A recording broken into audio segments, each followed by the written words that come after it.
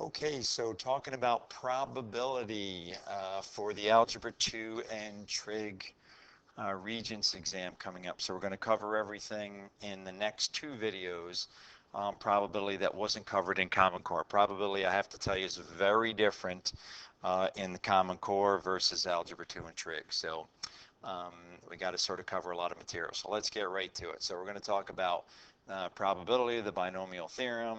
In general, this first section, we're going to talk about permutations and combinations. So that's what we're talking about in this video, okay? Permutations and combinations. First, before we talk about that, I need to talk to you about the counting principle, all right? So the fundamental principle of counting is something that we use if we've got a lot of different things that we're looking to combine. So for example, let me just get right to it because time is of the essence here. Um, if Steve has 3 pairs of pants, 5 shirts, and 4 ties, how many different outfits can he put together here? So the counting principle simply tells us that we could take 3 pairs of pants, we could take 5 shirts, and we could take 4 ties, and we could multiply them together to get 60 different outfits that Steve could wear. How's that sound? Is that pretty simple? That's basically what the counting principle is telling you that you can do there, okay? You may think, that's impossible. It's so simple. Well, let me show you why it's actually the case. So let's draw a tree diagram here, right? So Steve has his 3 pairs of pants, right? So his first pair of pants, his second pair of pants, his third pair of pants. Let's say that Steve chooses to wear his first pair of pants. Now he's got 5 different shirts that he could pick out of his closet. Let's say that he picks shirt number 1. And then he's got 4 different ties that he could pick. So now, not assuming that, there's no fashion police here. We don't want to, everything matches, okay? So let's say that he chooses his third tie. So that's 1 different outfit he could choose. He could choose his first tie with these pants and shirts. That would be a second. He could choose the second tie. That would be a third outfit. He could choose the fourth tie. That would be a 4th outfit, right? So there's 4 different outfits that he could wear just by picking his first pair of pants and his first pair of shirt. What if he went with his first pants and his second shirt? Right, well, there's another 4 options off of that because of the 4 ties. If he picked his first pant and third shirt, there's another 4 options with the 4 ties. Right, there's not enough space for me to keep doing all of these T's here, right? But the point I'm trying to make to you is that there's 4, 8, 12, 16, 20 different outfits that Steve can come up with just by picking his first pair of pants, right?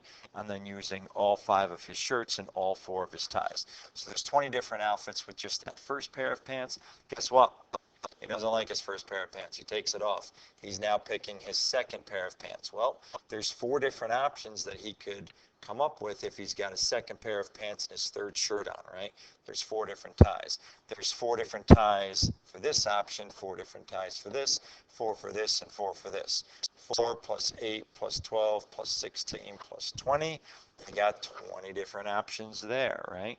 And you get the idea. There's 4, 8, 12, 16, 20 different options if he picks his third pair of pants.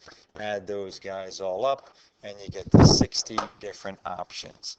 But isn't it much easier to do the counting principle? So that's the way we want to go in an example like this. Okay, so first thing you need to know for probability in Algebra 2 and Trig, the counting principle. Multiply the different number of ways that you can accomplish something. All right. Second thing I need to talk to you about is a permutation. Okay, this is a set of objects in which the position or the order of these objects is important. So a lot of times we talk about races, or we talk about who's coming in first place, second place, third place. We talk about who's going to be president, who's going to be vice president, who's going to be treasurer. So permutation is whenever you're selecting different people or different objects and you care about what you picked first, what you picked second, what you picked third. Okay, that's a permutation. So down here for the formulas, this big P here stands for permutation. Okay, so the formula is NPR, I don't know if you could see this, I'll make it a little bit bigger. NPR, so N is the total number of objects that you have, and R is specifically how many you are looking to come up with. Let's just say you have 5 pairs of pants, and you're choosing or selecting, 3 different pairs of pants in a particular order. So 5 would be N, 3 would be R, right? But that's not what we're doing here when we're in a general sort of formula situation. So this is NPR, and that's going to be equivalent to N factorial. Do you know what N factorial is? I'll tell you what that is in 1 second. Divided by N minus R factorial. So again, N and R are going to be numbers, okay? And we're just going to simply plug those numbers in for N and R in the formula, and we're going to get, a particular answer. Don't worry, I haven't forgot about teaching you what a factorial is. I'll do that in a second. Just a couple of things to note. NP0 is defined to be 1. NP1 is defined to be N, and NPN is defined to be N factorial. You'll see how that's the case in a minute. Let's jump down to this second example, and then I'll go back up and I'll explain the factorials and the different rules that I circled there. So 5p3 is going to be just by this formula up here. It's going to be 5 factorial over 5 minus 3 factorial, all right? What's 5 factorial? Well, let me tell you what a factorial is. You start with that number, 5, and you multiply down to 1. All right, so 5 times 4 times 3 times 2 times 1 is what 5 factorial is. On the bottom here, 5 minus 3 is 2. So 2 factorial is going to be starting with 2 and multiply until you get down to 1. And then we can simplify that, right? The 1's cancel, the 2's cancel. What's 5 times 4 times 3? That is 60. All right, so that's what 5p3 is. Let me also show you how you could do that on the calculator. I could make this easier. You don't actually have to memorize that formula. Let me show you why. So if you open up your calculator and you hit 5, and then if you go to math, and then if you right arrow over 3 times and pick number 2, which is NPR, all right, and then we're going to put in 3. So now I've got 5p3. And then if I hit enter, it will tell me 60. It'll do all of these calculations here for me. All right, so these formulas are important, but now that we have this graphic calculator that we could use, it's not really something that we need to remember. All right, I'll get back to these special cases up top in a second as we go through here. Let's do another example. By the way, back to the calculator. If you were having trouble following me, those are the steps that I'm using on the calculator. So you can freeze the video, copy down those steps, but I'll do it a couple more times, I promise. How about this example? Example number 3. How many different ways can 4 horses finish in a race? All right, so this is important. So we've got 4 horses, and we want to know how many different ways they can finish a race in 4 different spots, right? So that's going to be 4p4. What's 4p4? Well, we could go to the formula, or we could just go to the calculator. Hit 4, hit math, right arrow over, select number 2, and hit 4 again. 4p4 is 24. All right, so according to the calculator, that's 24.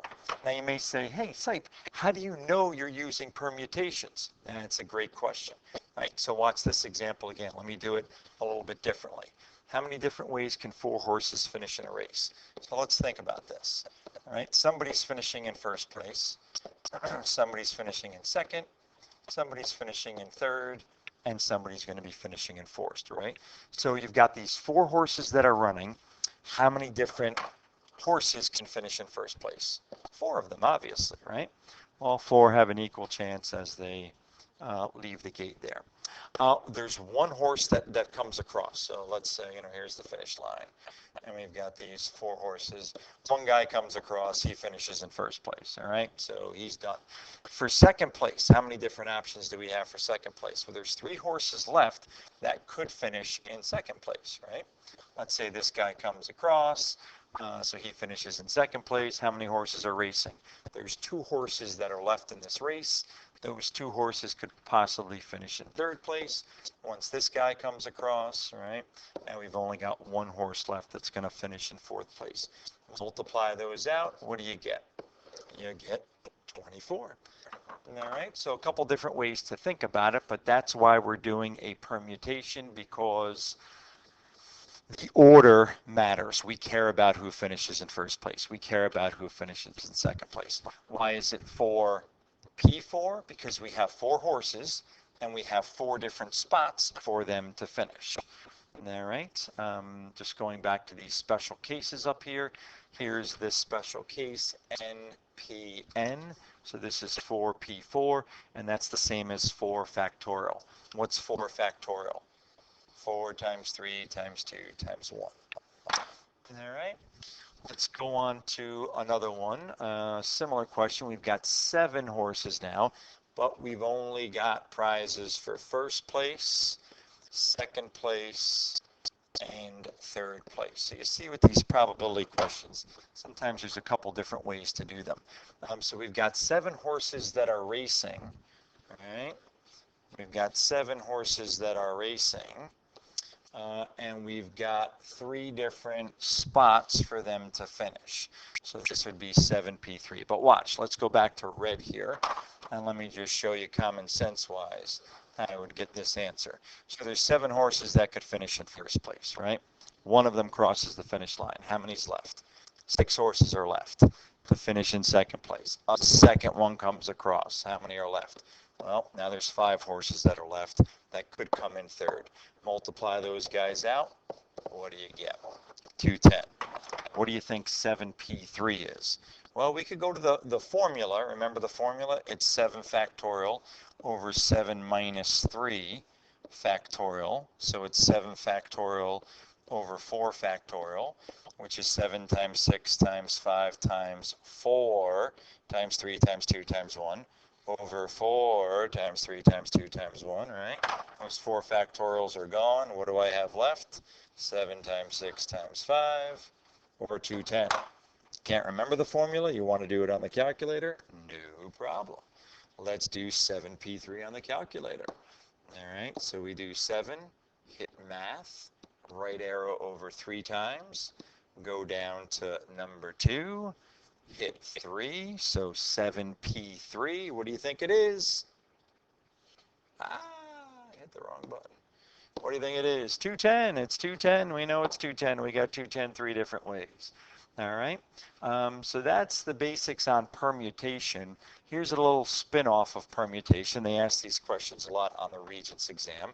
How many different 9-letter arrangements can be made from the word Tennessee? So let's see. There are 9 letters in Tennessee, right?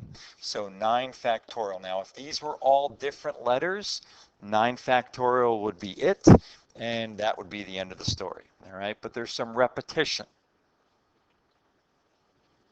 Excuse me. So since there are some repetition going on here, we have to divide by the repeats. I could explain all this to you as to why it's the case, but let's be honest, we don't have time. So let me just show you that there's 2 n's that are up here. So I'm going to divide by 2 factorial for the n's. There's 2 s's that are up here. So I'm going to divide by 2 factorial for the 2 s's. And there are 4 e's that are up here. So I'm going to divide by 4 factorial for the e's. All right. So I guess I have to do this all out. Couple different ways I could do it on the calculator, but I'll show you that in 1 second. First, let's do 9 times 8 times 7 times 6 times 5 times 4 times 3 times 2 times 1. I'm stopping at a 4 because of this 4 factorial down here. And then I'll do 2 times 1 and 2 times 1 for these 2 guys. All right. So let's see. This 4 factorial goes with that 4 factorial. Simplifies things a little bit for me. 2 times 2 is 4. 8 goes into 4 2 times, right? Or 4 goes into 8 2 times, whatever. So what's 9 times 2 times 7 times 6 times 5? Well, guess what? I already did that for you. It's 3780. All right, so there's 3,780 ways I could arrange these letters and come up with different words. assuming an English teacher isn't checking, what all of those 3,780 words are, because obviously they're not going to be spelling words, but you get the idea. How many different arrangements, how many different ways can I move these letters around? Could I put the T second? Could I put the T third? Could I put the T fourth? And so on. All right, let me show you how we would do that on the calculator. All right, so we've got 9 factorial. Just bring it over here. Um, so I'm going to hit 9, and then I'm going to hit math, and then I'm going to right arrow over to probability, and I'm going to select number 4, right? So that would be 9 factorial. And that's going to tell me the numerator. Don't get nervous. I know that's not the answer. Now, if we divided that by 4 times 3 times 2 times 1, so what's 4 factorial, right? 4 times 3 times 2 times 1, that's 24, right? This is 2, that's going to be 48. That's 2, it's going to be 96, right? So if I took this and divided it, by 96, then I should get my 3780. All right, so a bunch of different ways to come up with the answer. All right, so that's dealing with repetition. They like to ask these questions a lot. All right, changing gears a little bit. Now we're going to talk about combinations. Combinations is the same thing as a permutation, but in a combination, the order is now not important. Okay, we don't care who finished in first place in the race this time. We've got 7 horses. Maybe we want to know how many different ways we could get 3 horses to finish. Not necessarily coming in first, second, or third place. All right, that's not a great example. A better example of a combination is committees. A lot of times they say, hey, you know what? We've got 5 people to pick from, and we want to come up with a committee of 3 people for the prom.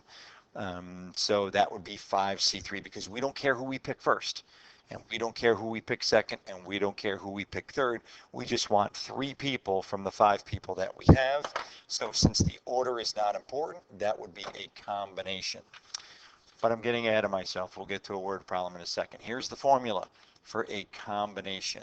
All right, it's NCR, and that equals NPR divided by R factorial. You know what NPR is, right? This is NPR right here. That's NPR. And then, of course, this R factorial comes from the R factorial in the denominator. You can't memorize that formula, don't worry about it, right? Let me just show you, just because I can't help myself here, I'm a math teacher, how this works on that formula. So this would be 5p3, whoops, 5p3 over 3 factorial, right? I'm just using this formula right here. So 5p3 over 3 factorial. Do you remember what 5p3 is? It's 5 factorial over 5 minus 3 factorial, all right? And I still have this 3 factorial here. So this would be 5 factorial over 2 factorial times 3 factorial. What is that? Well, that's 5 times 4 times 3 times 2 times 1 over 2 times 1, that's 2 factorial, times 3 factorial. All right, so those 3 factorials are gone. 2 goes into 4 2 times. 5 times 2 is 10. All right, so 5C3 is 10. Do you believe me? No, you don't have to believe me. You don't have to know what I was just doing with that formula, because you could use your calculator. Hit the number 5, hit math, right arrow 3 times, select number 3 this time. All right, so we've got 5C, and then we want 3 for 5C3, and that's going to be 10. Told you. All right, if you can't remember the calculator steps, they're right here for you to copy down, okay? But you have to either remember the formula or how to do it on the calculator, okay? You also have to remember with combinations, order is not important, because when we get to these word problems, you're not going to know, is it a permutation or is it a combination? Well, this one, example 6, is a combination. Why is it a combination? Because the order does not matter, right? Like I was telling you before, getting ahead of myself here. We have 7 people to choose from, and we just want to form a committee of 3 people. Before we had 7 horses racing, and we cared who came in first, second, or third place. Here we do not care who we choose first, who we choose second, or who we choose third. So this would be a combination, 7C3. How do we do that? We could go to the formula, but let's be honest, you're probably not going to use the formula, and we are running out of time here. So I'm going to hit 7. I'm going to hit math. I'm going to right arrow over 3 times. I'm going to pick number 3 for a combination. And then I'm going to put 3 in because I'm looking for 7C3. And that's going to tell me that there's 35 different ways that we could come up with different committees. All right, we could draw a tree diagram for this if you wanted to, right?